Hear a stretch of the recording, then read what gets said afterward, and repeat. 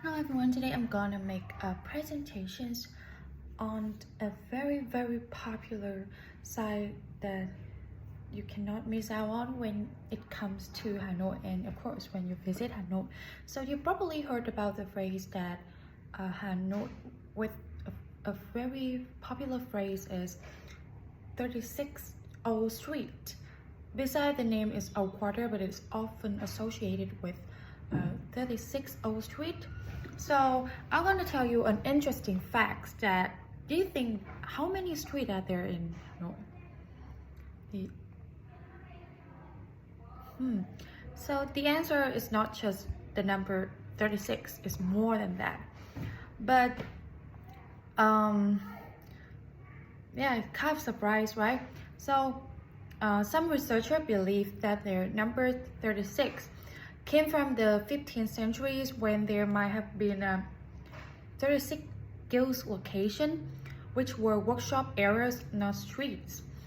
So when streets were later developed, the guild's name were applied to the streets as well. Other attributes to 36 to a more abstract concept because 36 is a multiply of 9 and 9 is a lucky number in Vietnam culture. It represents the concept of plenty. So 9 times the 4 direction make 36, which simply means many. So there are now more than 70 streets in the area, right? So so we go a little back in the history of the Old Quarter. So when and how was the Old Quarter first established? So the history of the Old Quarter began when King Lý Thái Tổ of the Lý and also the founder of the Lý dynasty decided to change the capital from Hoa Lư, which is current Ninh Bình now, to Hanoi in the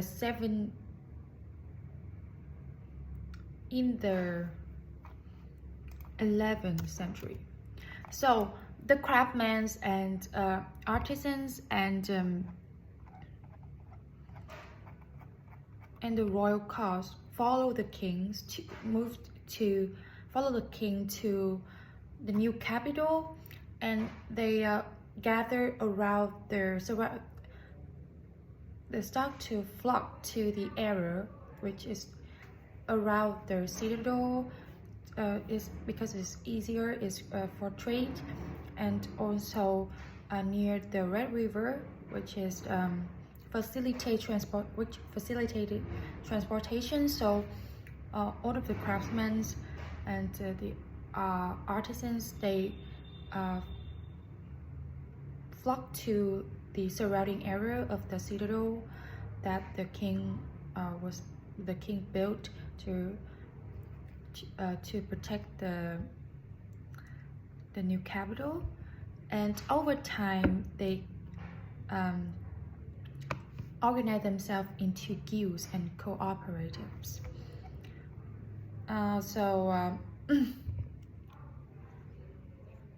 Yeah, and so we will see through the history about the development. We will talk a little bit more detail about the development of the Old Quarter in different periods.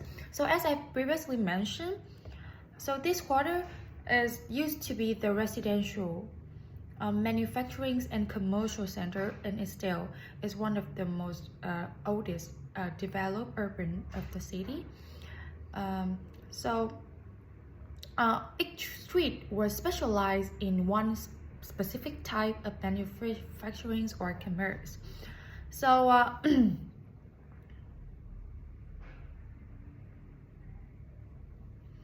so the Old Quarter is the first urban gathering of commoners. A market town known as Kẻ Chợ, set on the outskirts of the royal citadel. This organic settlement grew through centuries. From the 15th to the 18th century, it has a vibrant riparian trade maybe on a par with Venice, according to European visitors. In the early 13th century, workshops started to cluster. They gathered around the palace walls, slowly evolving into craft cooperatives or guilds. As so skilled craftsmen migrated to the old quarter, and artisan guilds were formed by craftsmen originating from the same village and performing similar services.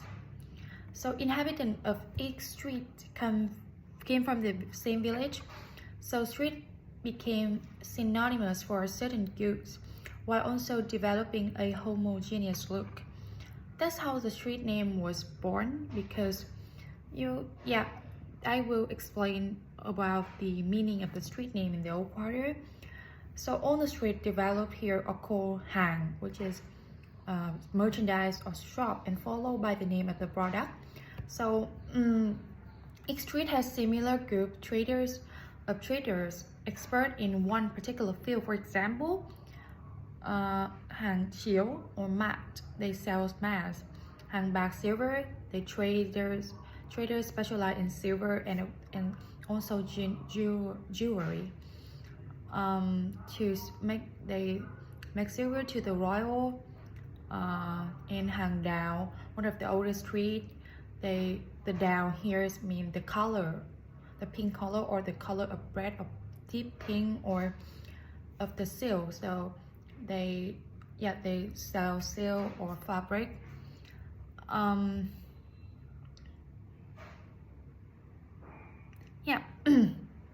in Hàng Nón, of course, nón, the conical hat, is the hatters where the hatter live. And currently, the old quarter is still faithful to much of its original essence.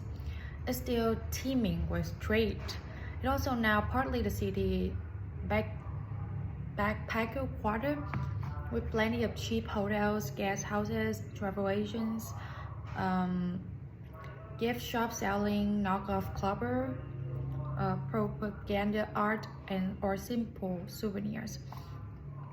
Some of the streets have a striking dual identity, partly tradition and also partly modern. One side of Lan Ông Street is filled with apothecaries that sell Chinese herbal remedies, roots, and medicinal teas.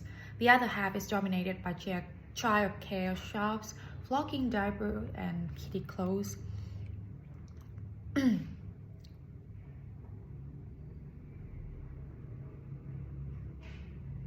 So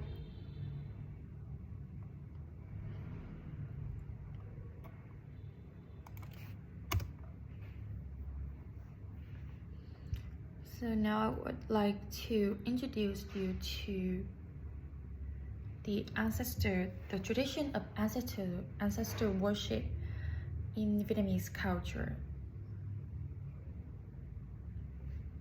So it's a long-lasting tradition, and we also believe in the afterlife. The afterlife. So we send something to our ancestor, and we hope that they will be better off in that place after death. So this practice reflects the influence of patriarchy and Confucianism on Vietnamese culture.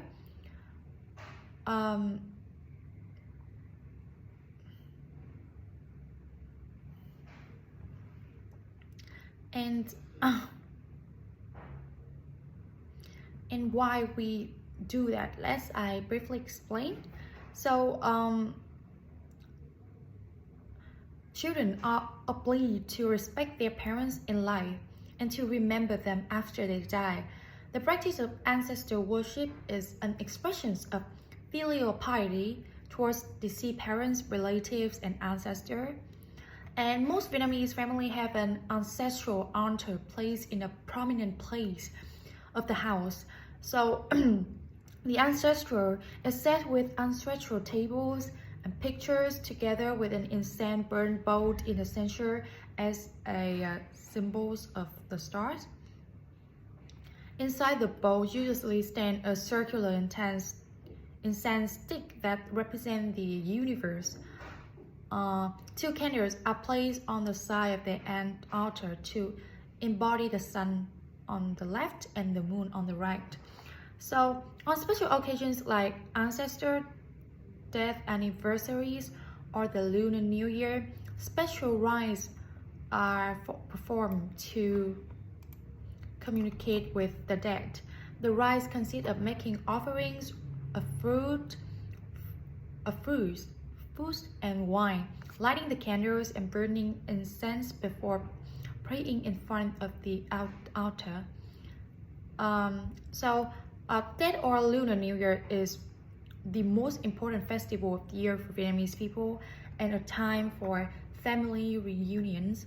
It's an opportunity for descendants to invite the soul of their ancestor to join the family Tet celebrations. So on this day, every home has a tray filled with 5 types of fruits placed on the ancestral altar. The fruit may include a bunch of bananas, pomelo, persimmon, pear, tangerine in different color to represent the desire for food, prosperity, notability, thought, longevity, khang, health, and ning, which is peace. So the ancestral altar occupies a prominent place in every Vietnamese home. No matter whether the family is rich or poor, it is a manifestation of the country culture that shows respect for both the past and the future. So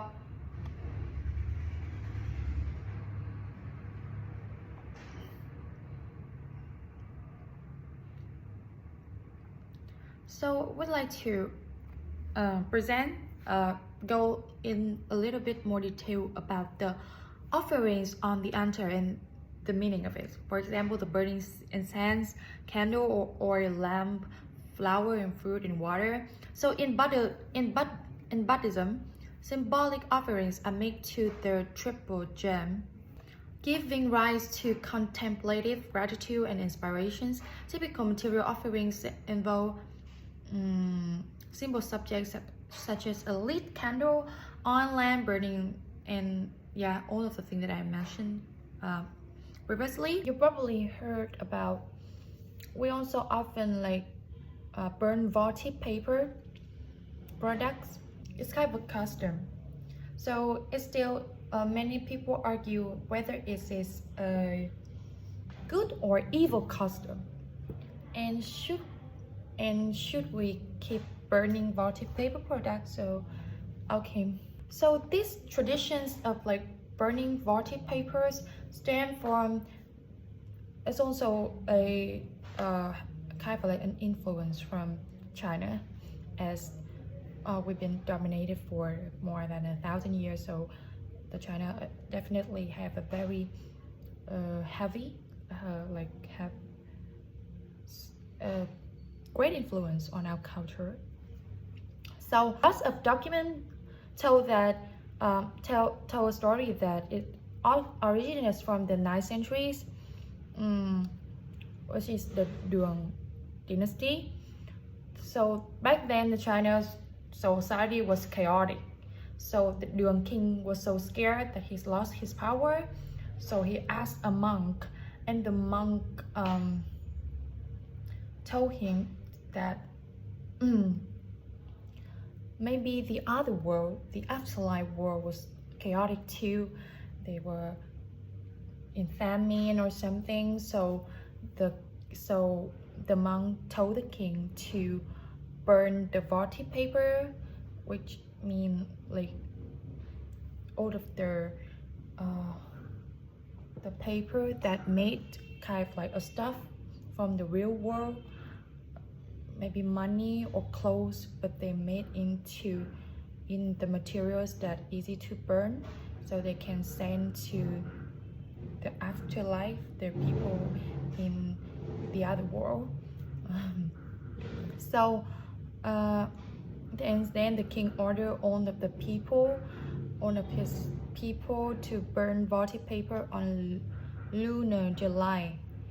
So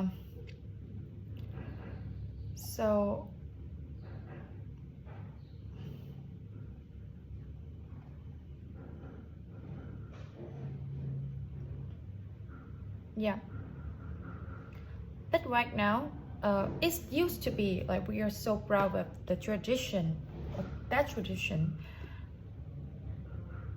but right now there are so many variants of the traditions. For example, we don't have the purpose that we want to make their lives comfortable by burning the items that we believe that we can send to them. But right now we also have the iPhones, the laptop, as well as the money are burned. They made so many products to like kind of like it's no longer as good as its first purpose. But this small scale of burning of paper money when combined can add up to a considerable amount of pollution. This is very much a case when a taste so when hundreds of thousands of people are burning offerings. And of course, it's not only it have so many it can lead to so many negative consequences, such as causing fire, pollutions, and moreover, most votive paper made from filthy paper, dirty paper. So when we burn it, we also inhale it, and of course, it's not good for our health, and of course, our ancestor health. And of course, when they try to invent too much, like everything from votive paper, it's no longer the story of believing it or not. It's no longer the story of faith. It's just a waste of money.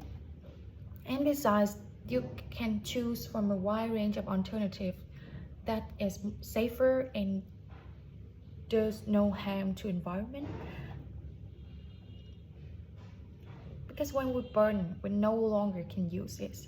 We can do real offerings, or we can put real money on the altar. After worshiping, we can take money back and give to people in need, and it is much more meaningful. And nowadays, so many young people are doing that. But of course, this is not a wise choice, but the traditions is very firmly entrenched, so it seems like it will remain for quite some time. Yeah, so the questions about, and also now we will move on to another interesting about food and drink. A very famous drink in Vietnam is the coffee. So in the world, the coffee that has appeared in the 9th century in Ethiopian highlands, yeah, and then spread out to the world. So how about in Vietnam? So the history in coffee in Vietnam has is also interesting. So the first introduction of coffee was documented in 1857 when a French Catholic priest brought an Arabica tree to northern Vietnam with the hope of establishing a small-scale venture. Though successful in his endeavors, it wasn't until the early 19th,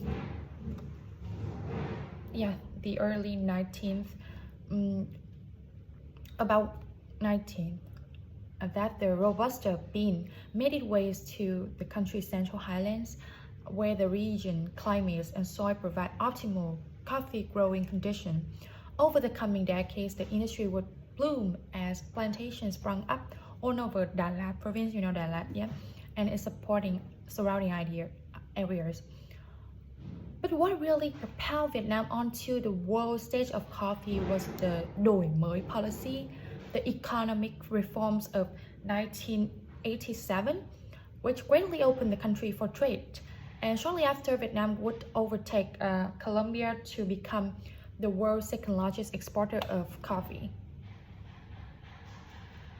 So what is the difference between Vietnamese coffee and regular coffee in the world? We're also proud of our coffee as it's rich, flavorful, sweet for coffee, brewed from coffee beans using a special filter. So the main difference is that the Vietnamese coffee tends to be stronger, bitter, but also, yeah, it have a very strong flavor. And it's just a slight difference, but it can make a big, it can, you know, like big success, right? So about the Giang Coffee, the Giang Coffee is one of the most famous traditional coffee shop in Hanoi, located on the east side of the Old Quarter. Opened in since 1946, the cafe was named after the founder, Mr. Nguyễn Giang, Giang Coffee, a bartender at Colonial Hotel in the French Quarter.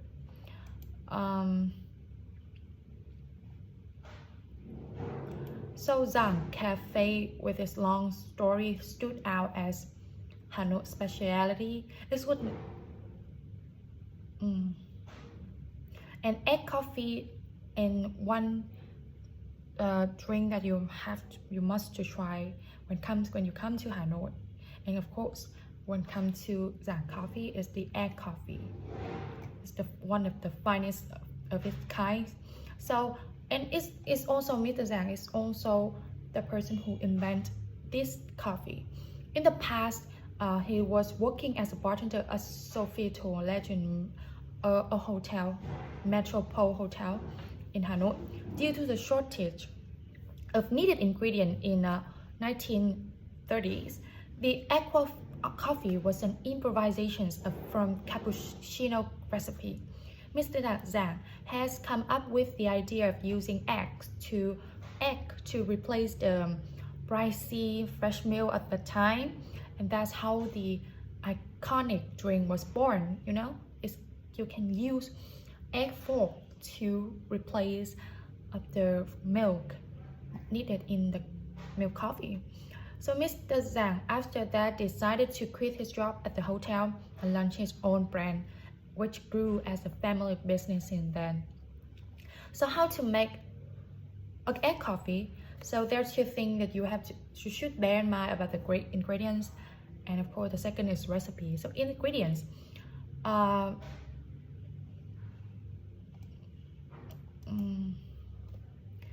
Egg coffee is made of three types of coffee: Arabica, Robusta, and Liberica.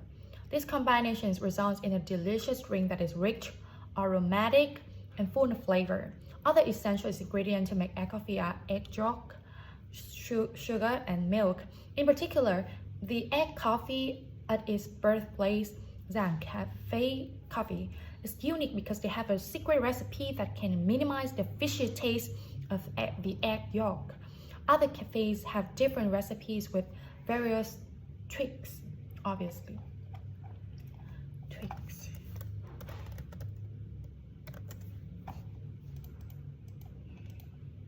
So the recipe, how to make it. Why traditional egg coffee requires egg yolk, sugar, butter, condensed milk, and even cheese. Some modern variations keep it simpler and more to the point. The key is to use egg yolks to complement the coffee without making drink smell like an actual egg. It has to be really delicate and subtle. This is often easier said than done. To make a good cup of egg coffee, the egg yolks are whipped with milk and granulated sugar, then mixed with boiling coffee. A brown color will immediately surface in the cup, along with an irresistible aroma. Egg coffee can be served hot or cold, and both variations will bring you some quite different experience of parallel delight. And I think, yeah, that's all for today. So feel free to ask me if you have any questions furthermore to discuss furthermore about this topic. Thank you for listening.